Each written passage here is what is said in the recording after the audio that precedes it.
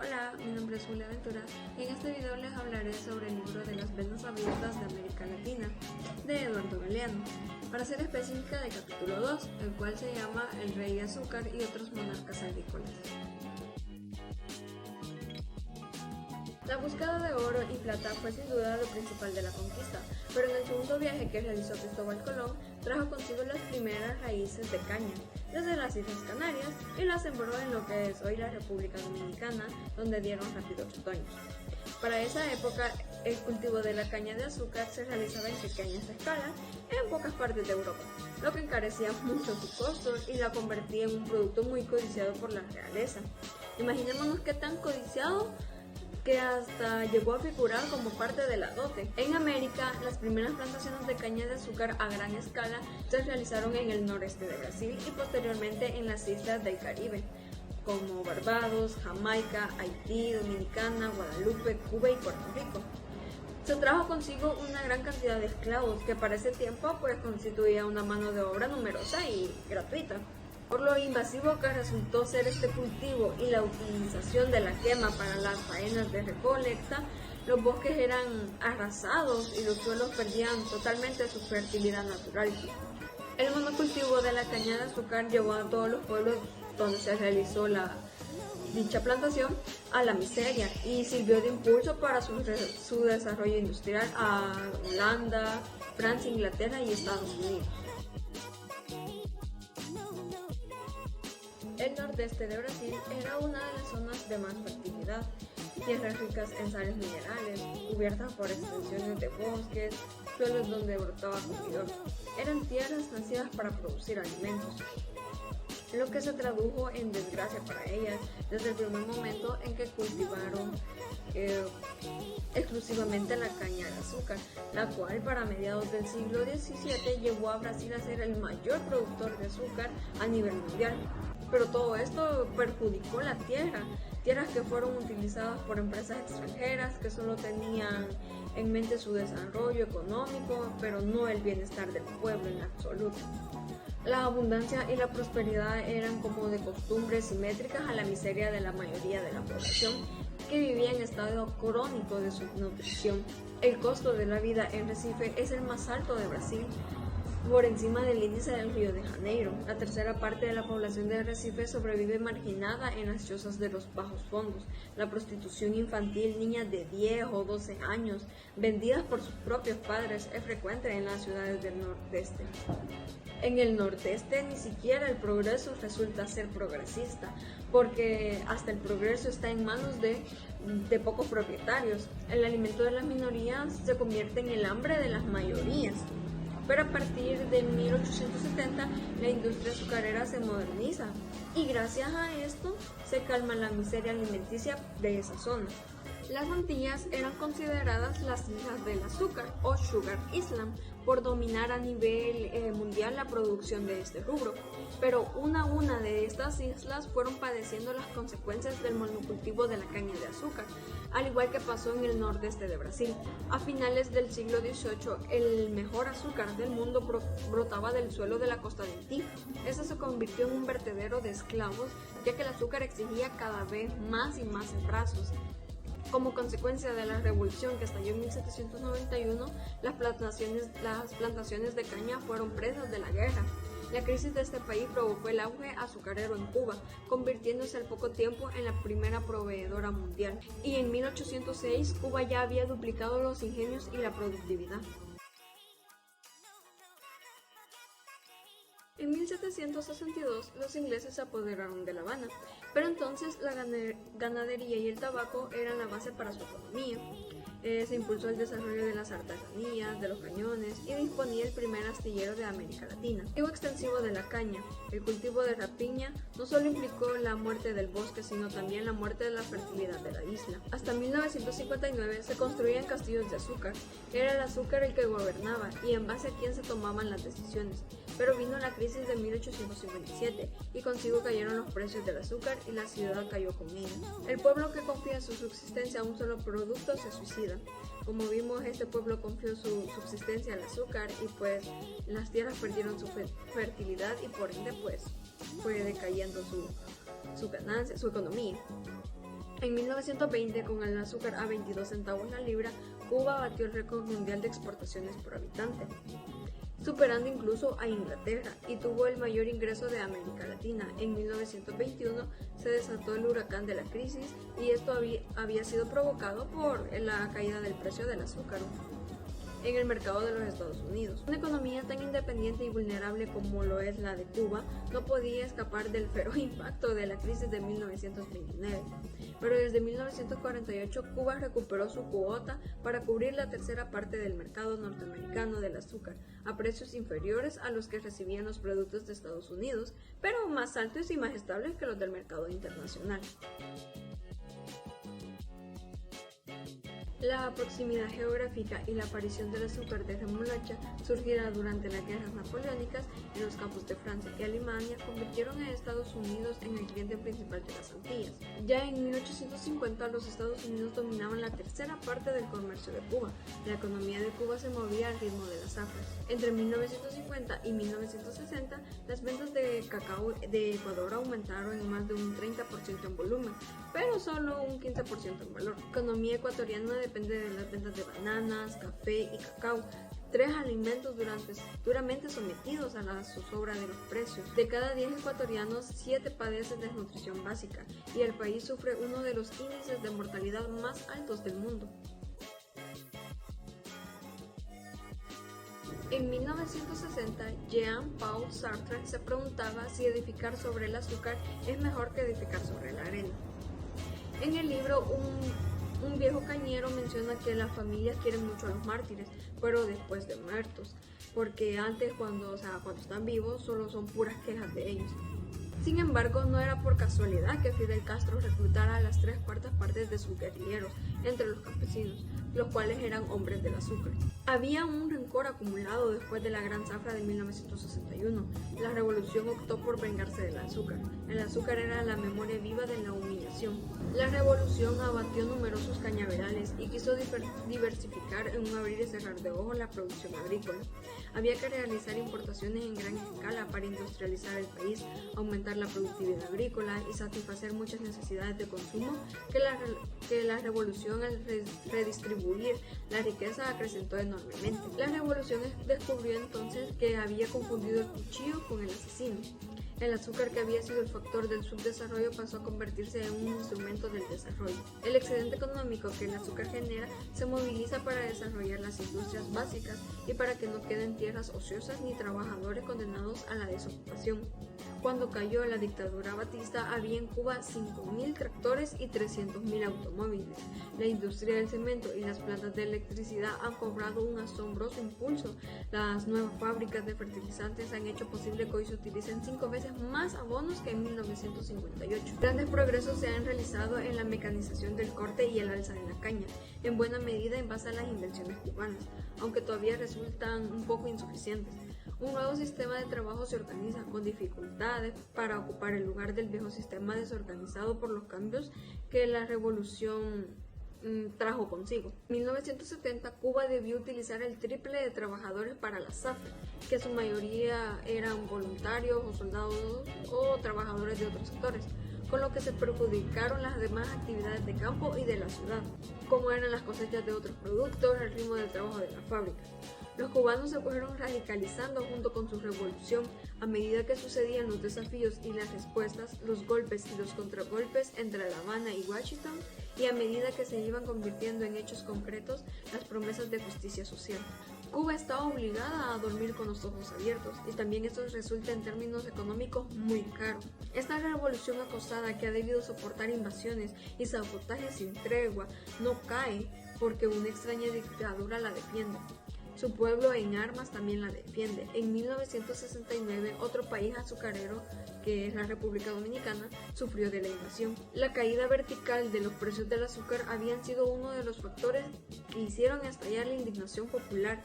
El pueblo se levantó contra la dictadura militar y las tropas norteamericanas no demoraron en establecer el orden.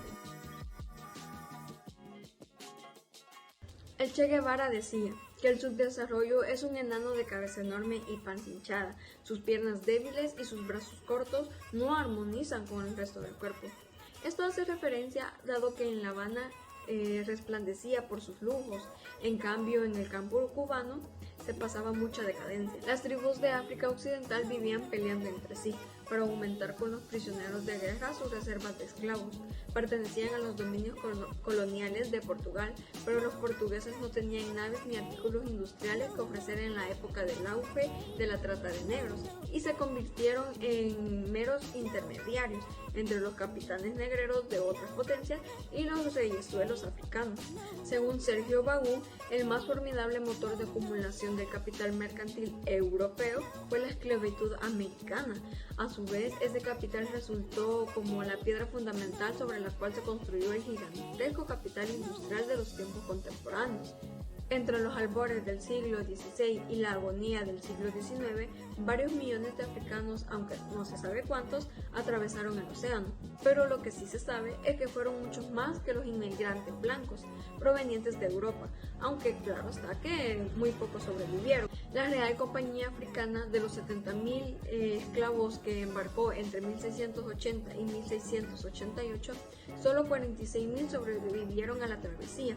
Esto sucedió porque muchos africanos morían por causa de diversos factores. A Barbados, Jamaica y Montserrat se le había prohibido fabricar una aguja o una herradura por cuenta propia, muy diferente de la situación de Nueva Inglaterra, y ello facilitó su desarrollo económico y también su independencia política. 4 años después de que en 1518 el licenciado Alonso Suazo le escribiera a Carlos V, estalló la primera sublevación de esclavos en América. Los esclavos de Diego Colón, hijo del descubridor, fueron los primeros en levantarse y fueron los primeros en terminar colgados de las horcas en los senderos del ingenio. Sucedieron otras rebeliones en Santo Domingo y luego en todas las islas azucareras del Caribe.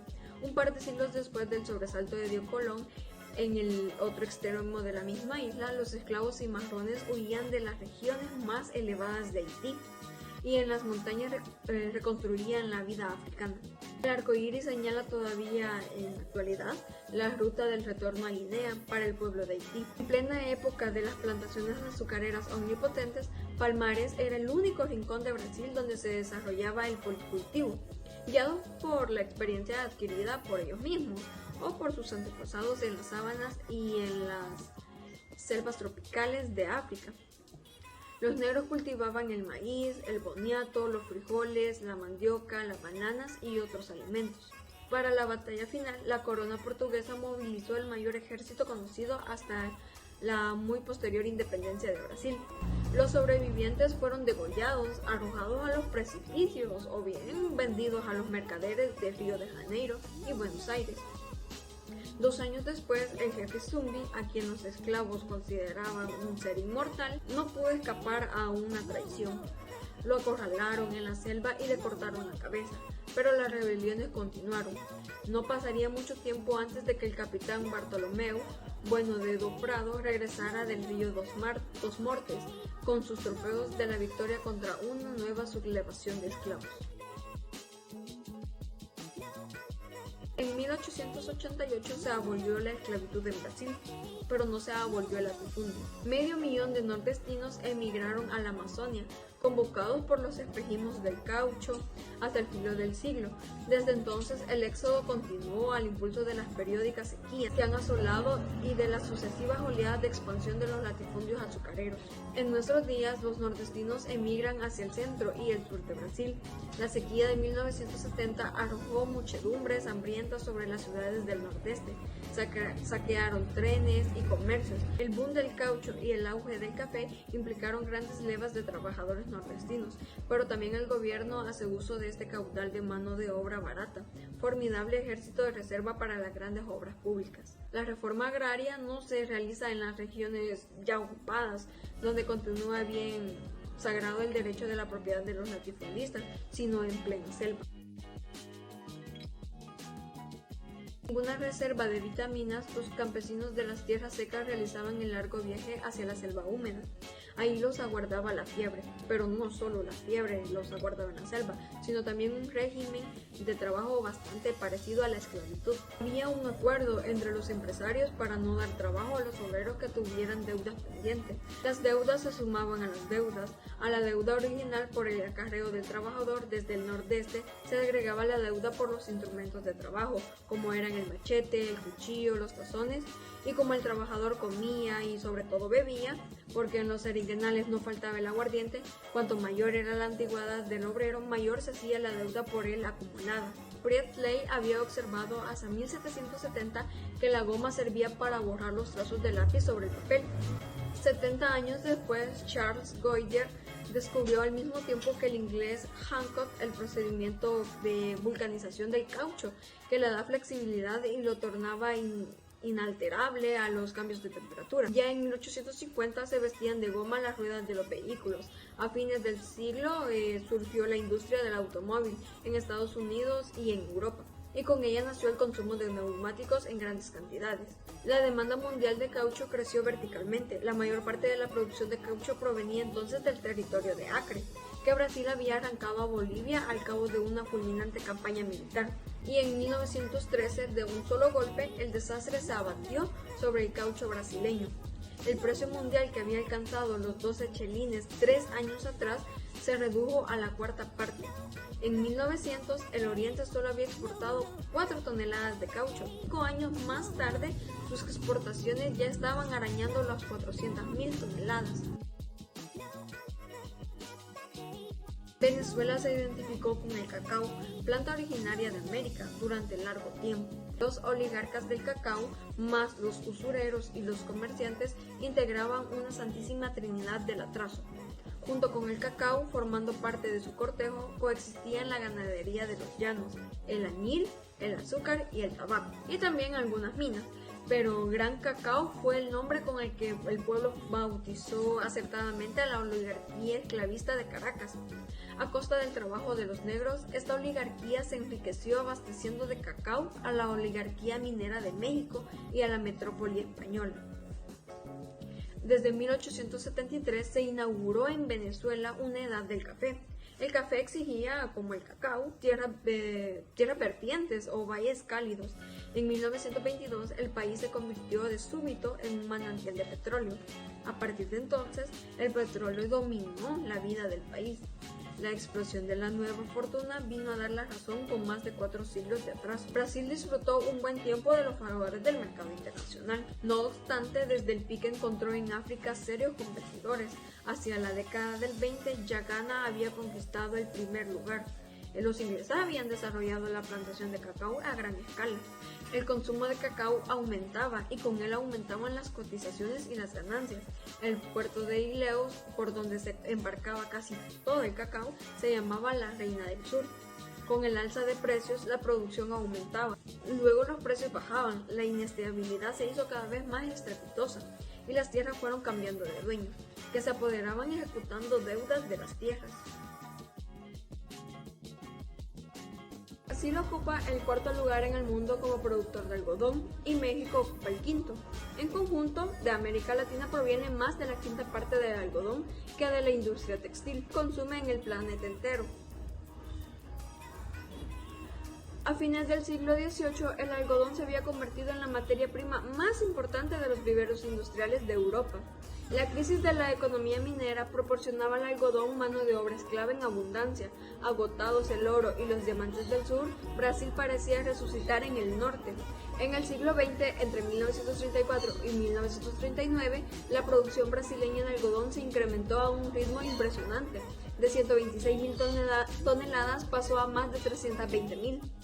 Entonces sobrevino un nuevo desastre. Los Estados Unidos arrojaron sus excedentes al mercado mundial y el precio se desplomó por completo. Y el algodón fue el principal producto de exportación de Paraguay, hasta que la competencia ruinosa del algodón norteamericano lo desplazó de los mercados y la producción paraguaya se redujo desde 1952 a la mitad. Así perdió Uruguay el mercado canadiense para su arroz. Las plantaciones de azúcar y el algodón de la costa pagaban a los peones salarios de hambre, hasta que la reforma agraria de 1969 las expropió y las entregó en cooperativas a los trabajadores. quienes aseguran que el café resulta casi tan importante como el petróleo en el mercado. A principios de la década del 50, América Latina abastecía las 4/5 partes del café que se consumía en el mundo entero. La competencia del café robusta de África era de peor calidad, pero de precio más bajo. Esta ha reducido la participación latinoamericana en los años siguientes. Brasil es el mayor productor del mundo del café. Del café obtiene cerca de la mitad de sus ingresos por exportaciones. El Salvador, Guatemala, Costa Rica y Haití también dependen en gran medida del café. El café había traído consigo la inflación a Brasil entre 1824 y 1854. El precio de un hombre se multiplicó por 2. Ni el algodón del norte ni el azúcar del nordeste podían pagar los caros esclavos en ese entonces.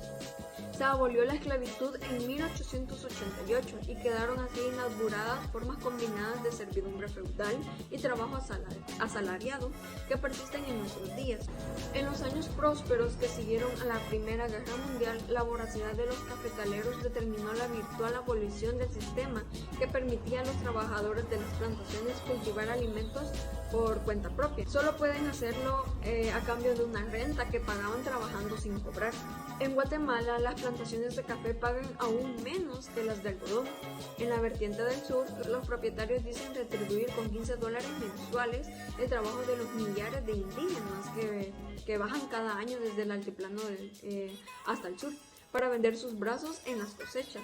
Para la economía de El Salvador, un pequeño país que está en manos de un puñado de familias oligarcas, el café tiene una gran importancia, dado que el monocultivo obliga a comprar en el exterior frijoles, ya que es la única fuente de proteínas para la alimentación popular, como también lo es el maíz, las hortalizas y otros alimentos que tradicionalmente se producen en el país.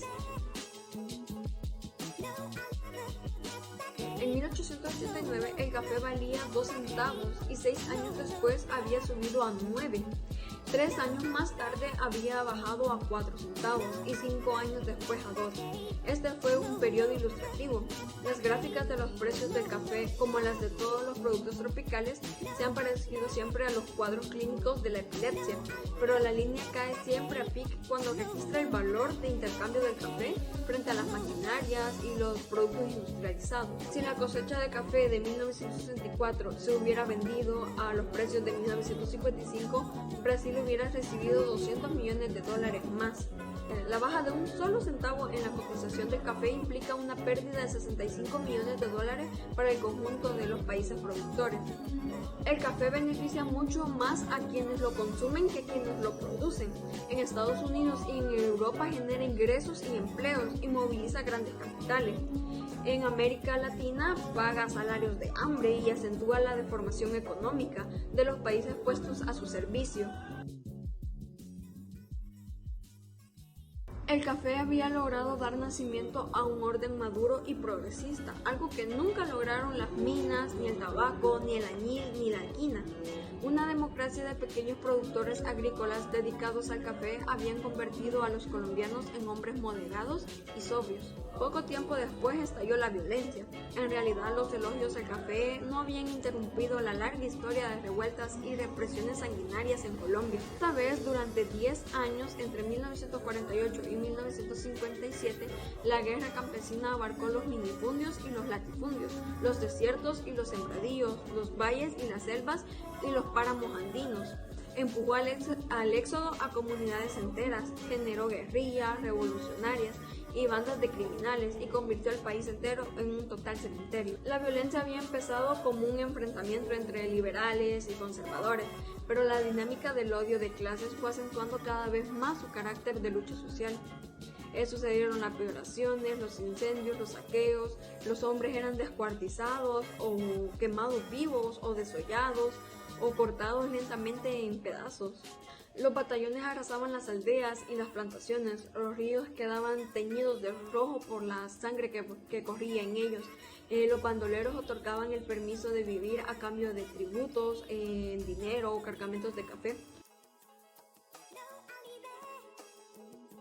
Además de los alimentos destinados al consumo, América Central producía la grana y el añil, con pocos capitales y muy escasa mano de obra. Y la grana era un insecto que nacía y crecía sin problemas sobre la superficie de los nopales.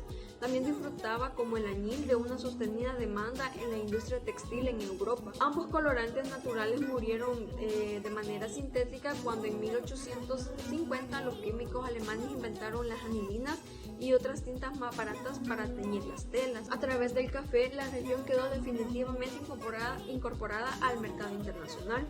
Como en todas partes, el cultivo del café desalentó en su expansión sin frenos la agricultura de alimentos destinados al mercado interno. Estos países se fueron condenando a padecer una crónica escasez de arroz, frijoles, maíz, trigo y carne. En la concepción geopolítica del imperialismo, América Central no es más que un apéndice natural de los Estados Unidos. El filibustero William Walker invadió Centroamérica y con el respaldo del gobierno de los Estados Unidos robó, mató, incendió y se proclamó presidente de Nicaragua, El Salvador y Honduras. A su regreso a Estados Unidos fue recibido como un héroe nacional. Desde entonces sucedieron muchos ataques. El Corán menciona al plátano entre los árboles del paraíso, pero la bananización de Guatemala, Honduras, Costa Rica, Panamá y Colombia y Ecuador permite sospechar de que se trata de un árbol del infierno. En Colombia, la unidad de la fruta se había hecho dueña del mayor latifundio del país, cuando estalló en 1928 una gran huelga en la costa atlántica. Los obreros bananeros fueron aniquilados a balazos frente a una estación de ferrocarriles. En 1944, Ubiko cayó de su pedestal, barrido por los vientos de una revolución de sello liberal que encabezaron algunos jóvenes oficiales y universitarios de la clase media. Juan José Arévalo, elegido presidente, puso en marcha un vigoroso plan de educación y dictó un nuevo código del trabajo para proteger a los obreros del campo y de las ciudades. Nacieron varios sindicatos. La United Fruit Company, el gobierno de Jacobo Arbenz, continuó y profundizó el ciclo de reformas. En junio de 1952 se aprobó la reforma agraria. La reforma agraria se proponía desarrollar la economía capitalista campesina y la economía capitalista de la agricultura en general. Las burguesías de estas tierras habían nacido como simples instrumentos del capitalismo internacional. Abrió las puertas a la avalancha de las mercancías británicas. El latifundio se consolidó sobre el despojo todo a lo largo del siglo XIX. En 1824, Simón Bolívar dictó el decreto de Trujillo. José Artigas encarnó la revolución agraria. Este caudillo, con tanta hazaña calumniado y tan desfigurado por la historia oficial, encabezó a las masas populares de los territorios que hoy ocupan Uruguay y las provincias argentinas de Santa Fe, Corrientes, Entre Ríos, Misiones y Córdoba en el ciclo heroico de 1811 a 1820. Nace la primera reforma agraria de América Latina que se aplicaría durante un año en la provincia oriental, hoy en Uruguay, y que sería hecha trizas por una nueva invasión portuguesa. La oligarquía abriera las puertas del Montevideo al general Lecor y lo saludara como a un libertador. El Código Agrario de 1815, que decía tierra libre, hombres libres, fue el más avanzado y glorioso de la Constitución, de cuantas llegarían a conocer los uruguayos. Las ideas de Campomanes y Jovellanos influyeron en el reglamento aduanero de Artigas. La intervención extranjera terminó con todo. La oligarquía levantó cabeza y se vengó. Artigas fue derrotado y marchó hacia Paraguay. La oligarquía desconoció las donaciones de tierras hechas por Artigas al pueblo. Exactamente un siglo después del reglamento de tierra de Artigas, Emiliano Zapata puso en práctica en su comarca revolucionaria del sur de México la reforma agraria.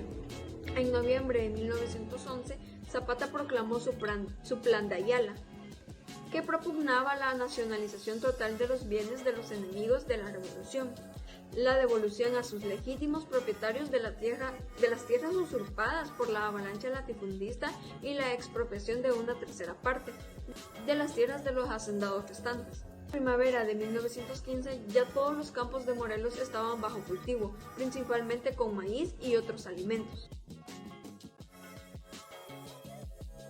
La producción agropecuaria por habitante de América Latina es hoy menor que en la víspera de la Segunda Guerra Mundial. Han transcurrido 30 años desde que la Alianza para el Progreso proclamó a los cuatro vientos la necesidad de la reforma agraria.